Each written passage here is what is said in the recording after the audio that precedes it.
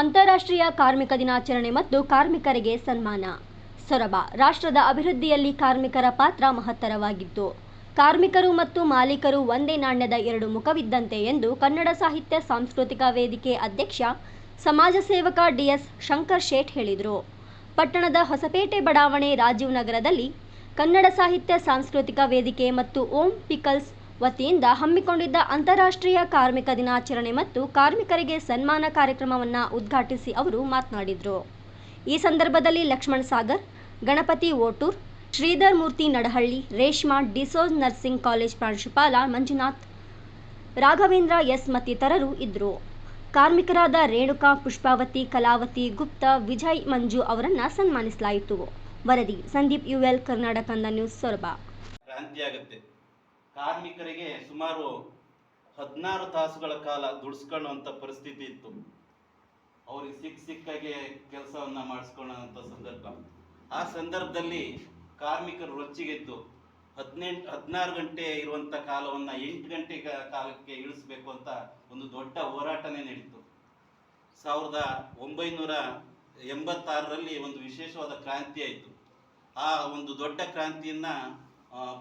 ಕ್ರಾಂತಿಯಲ್ಲಿ ಪೊಲೀಸರು ಗುಂಡೇಟು ಮಾಡ್ತಾರೆ. ಆ ಸಂದರ್ಭದಲ್ಲಿ ಸಾವಿರಾರು ಕಾರ್ಮಿಕರು, ಅಸಂಘಟಿತ ಕಾರ್ಮಿಕರು ಸಾವನ್ನ ಹೋಗ್ತಾರೆ. ಹಾಗಾಗಿ 1912ರಂದು ನಮ್ಮ ಅಮೇರಿಕ ಸಂಯುಕ್ತ ಸಂಸ್ಥಾನ ಕಾರ್ಮಿಕರ ದಿನಾಚರಣೆಯನ್ನು ಘೋಷಣೆ ಮಾಡಿತು. ಹಾಗೆ ನಮ್ಮ ಭಾರತದಲ್ಲಿ 1926 ಅಲ್ಲ ಸಂದೀಪ್ ಅವರೇ, 1926ರಲ್ಲಿ ಕಾರ್ಮಿಕರ ದಿನಾಚರಣೆಯನ್ನು ಘೋಷಣೆ ಮಾಡಿ ಅವರಿಗೆ ವಿಶೇಷವಾದ ಸ್ಥಾನಮಾನವನ್ನು ಕೊಡುವಂಥ ಕೆಲಸವನ್ನು ಮಾಡ್ತಾರೆ. ಹಾಗೆ ಶಿವಪ್ಪನವರೇ, ಕಾರ್ಮಿಕರು ಮತ್ತು ಮಾಲೀಕರು ಒಂದೇ ನಾಣ್ಯದ ಎರಡು ಮುಖಗಳಿದ್ದಂತೆ. ಕಾರ್ಮಿಕರು ಶ್ರದ್ಧೆಯಿಂದ ಪ್ರಾಮಾಣಿಕವಾಗಿ ದುಡಿದ್ರೆ ಮಾತ್ರ ನಮ್ಮ ಮಾಲೀಕರು ಉನ್ನತ ಸ್ಥಾನಕ್ಕೆ ಏರಲು ಸಾಧ್ಯ ಆಗುತ್ತೆ. ಹಾಗೆ ಅವರ ಅಭಿವೃದ್ಧಿ ಕೂಡ ಸಾಧ್ಯ ಆಗುತ್ತೆ. ಒಂದು ರಾಷ್ಟ್ರದ ಅಭಿವೃದ್ಧಿಯಲ್ಲಿ ಕಾರ್ಮಿಕರ ಪಾತ್ರ ಅತ್ಯಂತ ಮಹತ್ವವಾದದ್ದು. ಯಾವ ದೇಶದ ಕಾರ್ಮಿಕರು, ಆಯಾ ದೇಶದ ಆರ್ಥಿಕ ಪರಿಸ್ಥಿತಿ ಅವರ ಕಾರ್ಮಿಕರ ಮೇಲೆ ಅವಲಂಬಿತವಾಗಿರುತ್ತೆ. ನಾನು ಸಾಕಷ್ಟು ಕಡೆ ಒಂದು ಕಾರ್ಯಕ್ರಮಗಳಲ್ಲಿ ಹೋದಾಗ ಹೇಳ್ತಾ ಇರ್ತೀನಿ, ಮನುಷ್ಯ ಸ್ನೇಹಜೀವಿ, ಸಂಘಜೀವಿ, ಇತರರ ಕಷ್ಟಗಳಿಗೆ, ಸಮಸ್ಯೆಗಳಿಗೆ ಸ್ಪಂದಿಸುವ ಮನೋಭಾವವನ್ನು ನಾವೆಲ್ಲರೂ ಬೆಳೆಸ್ಕೊಳ್ಬೇಕು ಅಂತ. ಹಾಗೆ ಮಾಲೀಕರಾದರೂ ಕೂಡ ಕಾರ್ಮಿಕರ ಕಷ್ಟಗಳಿಗೆ, ಸಮಸ್ಯೆಗಳಿಗೆ ಸ್ಪಂದಿಸುವಂಥ ಕೆಲಸವನ್ನು ನಾವು ಮಾಡಬೇಕಾಗುತ್ತೆ. ನಿಜಕ್ಕೂ ಈ ಸಂದರ್ಭದಲ್ಲಿ ಉದಾಹರಣೆಗಳನ್ನ ಕೊಡ್ತಾ ಹೋಗ್ಬಿಟ್ರೆ, ಯಾವುದೋ ಒಂದು ಕಾರ್ಮಿಕರಾಗಿರ್ಬೋದು, ಅವರೊಂದು ಆರೋಗ್ಯ ಸಮಸ್ಯೆ ಇರುತ್ತೆ, ಅವರ ಕುಟುಂಬಕ್ಕೆ ಯಾವುದೋ ಒಂದು ಆರೋಗ್ಯ ಸಮಸ್ಯೆ ಇರುತ್ತೆ. ಆ ಸಂದರ್ಭದಲ್ಲಿ ಹಣಕಾಸಿನ ಕೊರತೆ ಇರುತ್ತೆ ಅವರಿಗೆ.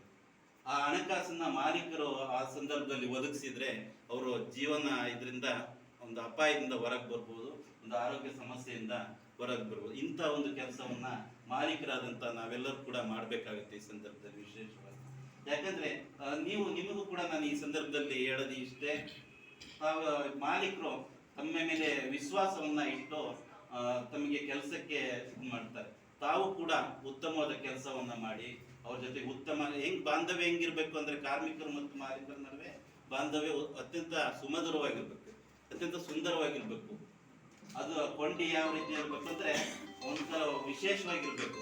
ಆ ರೀತಿ ತಾವು ಕೂಡ ಕೆಲಸವನ್ನ ಮಾಡಬೇಕು ಅಂತ ಈ ಸಂದರ್ಭದಲ್ಲಿ ಹೇಳ್ತಾ, ವಿಶೇಷವಾಗಿ ನಾವು ಈ ದಿನ ಸುಮಾರು ತಾವೆಲ್ಲರೂ ಇಷ್ಟೊಂದು ಮಟ್ಟದಲ್ಲಿ ಕಾರ್ಮಿಕರಿದ್ದೀರಾ. ನಾವು ಪ್ರತಿ ವರ್ಷನೂ ಕಾರ್ಮಿಕ ದಿನಾಚರಣೆಯನ್ನ ಆಚರಣೆ ಮಾಡ್ತೀವಿ. ಕಳೆದ ಸರಿ 20 ಸ್ಟಿಚಸ್ ಅಂತ ಅಲ್ಲಿ ಒಂದು ಗಾರ್ಮೆಂಟ್ಸ್ ನಲ್ಲಿ ಕಾರ್ಮಿಕರ ದಿನಾಚರಣೆಯನ್ನ ಆಚರಣೆ ಮಾಡಿದ್ವಿ. ಅಲ್ಲಿಯೂ ಕೂಡ ಒಂದು ಕಾರ್ಮಿಕರಿಗೆ ವಿಶೇಷವಾದ ಸನ್ಮಾನವನ್ನ ಆಯೋಜನೆ ಮಾಡಿದ್ವಿ. ನಿಜಕ್ಕೂ ಈ ಸಂದರ್ಭದಲ್ಲಿ ನಮಗೆ ತುಂಬಾ ಹೆಮ್ಮೆ ಆಗ್ತಾ ಇದೆ, ಇಂಥ ಕಾರ್ಮಿಕರನ್ನ ಗುರುತಿಸಿ ಅವ್ರನ್ನ ಸನ್ಮಾನ ಮಾಡ್ತಾ ಇರೋದು. ಹಾಗೆ ನಾನು ವಿಶೇಷವಾಗಿ ಈ ಸಂದರ್ಭದಲ್ಲಿ ಅಭಿನಂದನೆಗಳನ್ನ ನಮ್ಮ ಗಣೇಶ್ ಅವರಿಗೆ ತಿಳಿಸ್ಲೇಬೇಕಾಗುತ್ತೆ. ಯಾಕಂದ್ರೆ ನಾವು ಬಂದು ಕೇಳ್ಕೊಂಡಾಗ ಖಂಡಿತ ಮಾಡಿ ಸರ್, ನಮ್ಮ ಸಪೋರ್ಟ್ ಏನಿದೆ ಅದನ್ನ ಮಾಡ್ತೀವಿ ಅಂತ. ನಿಜಕ್ಕೂ ಇಂಥ ಮಾಲೀಕರು ಇನ್ನೂ ಹೆಚ್ಚಿನ ಬೆಳೀಲಿ. ಈ ಒಂದು ಸಂಸ್ಥೆ ಓಂ ಪಿಕಲ್ಸ್, ನಾವು ಶಿರಾಳಕೊಪ್ಪ MN ಪಿಕಲ್ಸ್ ಬಗ್ಗೆ ಕೇಳಿದ್ವಿ. ಅದೇ MN ಇದ್ರ ಪಿಕಲ್ಸ್ ಹೌದು, ಒಂದು ರಾಜ್ಯದಲ್ಲಿ ಒಂದು ಹೆಸರುವಾಸಿಯಾದಂಥ ಒಂದು ಸಂಸ್ಥೆ.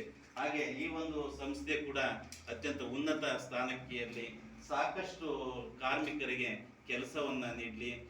ಸುಮಾರು 1,000-2,000ಕ್ಕೂ ಹೆಚ್ಚಿನ ಕಾರ್ಮಿಕರು ಈ ಒಂದು ಸಂಸ್ಥೆಯಲ್ಲಿ